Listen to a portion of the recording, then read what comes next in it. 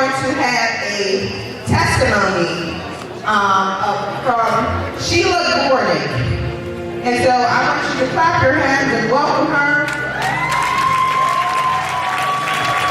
And directly after that, we will have a song by Sheila, Grace, and Naya. And then we will have another testimony by Sister Amber Adderley.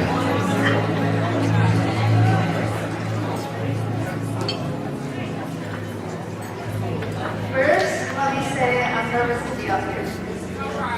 I'm not a speaker in front of people, so when Lady J asked me to do my testimony, I'm pretty sure my next words were, "Are you sure you heard the Lord?" For me, I struggle with seeing myself as God sees me. When I look in the mirror, I see a broken, struggling,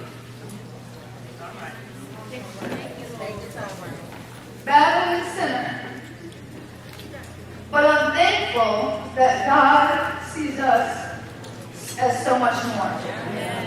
That He hears every prayer and every desire and wants the best for us, no matter what we've done or where we're going. Jeremiah 29:11 says, "For I know the thoughts that I think towards you, saith the Lord, thoughts of peace and not of evil, to give you a future and a hope." You see, I didn't always believe or understand what this meant. Sometimes I still question if this is meant for me or everyone else. But I'm here to testify it's for each one of you and also for me. At a very young age, I remember my mom drinking and partying. I remember her having lots of different boyfriends.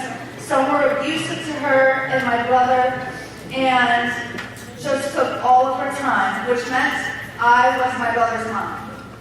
I remember drinking at a very young age of 8.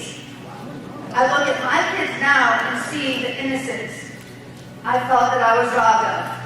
My dad was not in my life. I look back now and realize how God protected me from him. But growing up without a dad and an absent mom, I had a lot of emotions I struggled with. I felt like I wasn't good enough at times. I thought, if there is a God, why am I stuck with this life? Well, I followed in my mom's footsteps of going from man to man to be fulfilled with something now that I understand can only be fulfilled from God.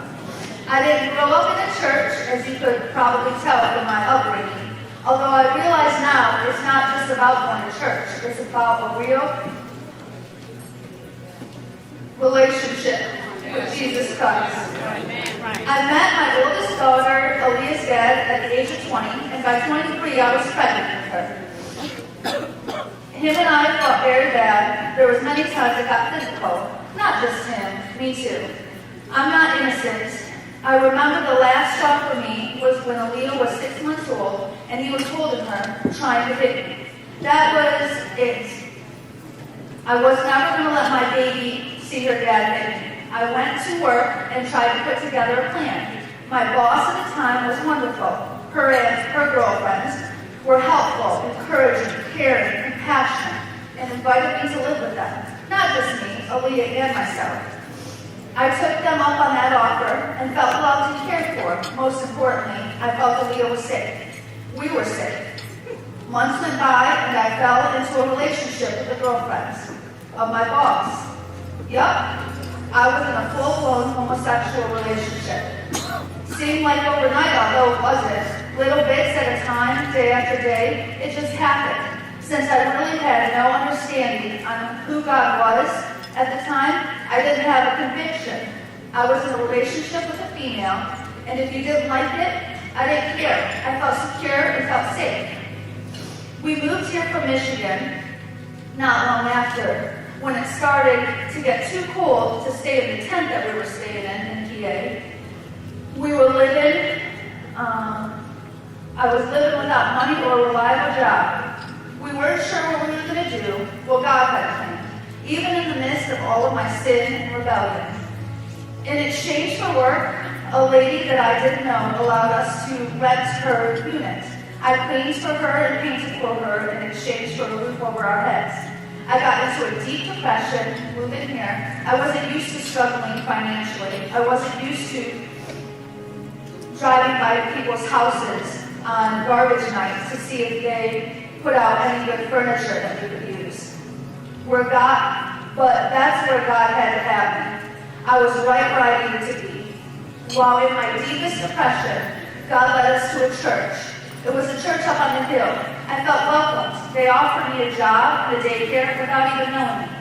That seemed weird to me, but I took it. I went to school for early childhood education and thought, that's odd, but I'll take it. I'll take anything. Anyways, I started working at the church, getting more involved with the church, and I felt the presence of the Lord for the first time. The true presence, deep down, the presence of the Lord. I knew that He was real, but never understood.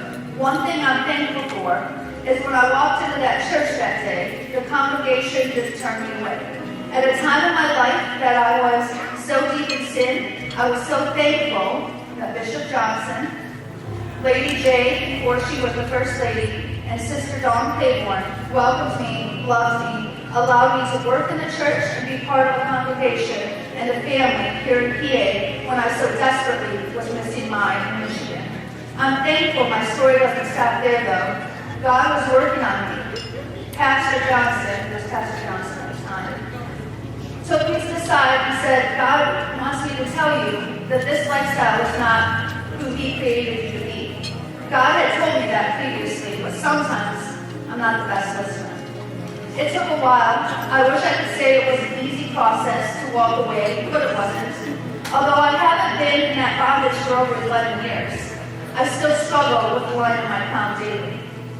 I'm saved. I love Jesus.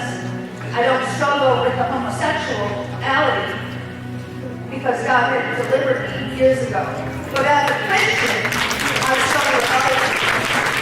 Yes, thank you, Lord. Like my mind, like insecurities, along with a laundry list of other things that I shouldn't because God is God. But I know I'm a daughter of the Most High King, and with Him I can do all things because He continues to strengthen me.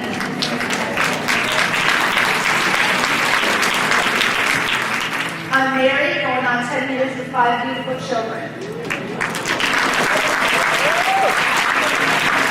So many blessings I can't count. But I always will be grateful to God and to each person who loves me in the midst of my sin, because without them, I wouldn't be up here today.